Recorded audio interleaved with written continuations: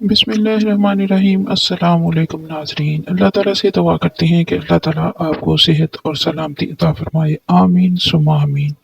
नाजरीन, आज हम आपके लिए लेकर आए हैं बहुत ही खास अमल। तंगी और फाका से दो चार होने वालों और कारोबार में नुकसान होने लग जाए तो अमकान पैदा हो जाए कि कारोबार संभालना मुश्किल है, तो ऐसे में मुसलमानों को सूरत मायदा की तिलावत करनी चाहिए।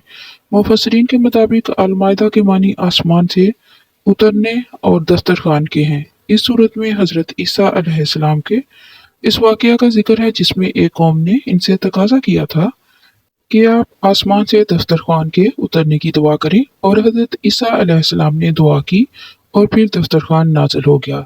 इसलिए इस सूरत का नाम सूरतुल माइदा रखा गया। अगर कोई शख्स बावजूद 41 मरतबा सूरत माइदा को पढ़े तो इसके घर वाले फाका से महफूज रहेंगे और इसका पढ़ने वाला दुनिया की निगाहों में अजीज होगा।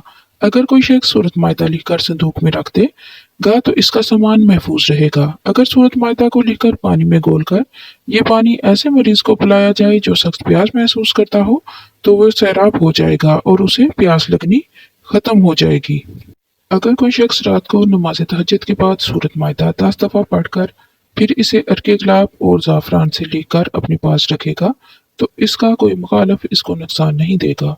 अगर किसी की ज़ुबान लुड़खड़ाती हो तो वह सूरत माइदा को अर्के गुलाब और ज़ाफ़रान से लिखकर इसे पानी से घोलकर पिए। 1 हफ्ते के अंदर अंदर उसकी लड़खड़ाहट खत्म हो जाएगी।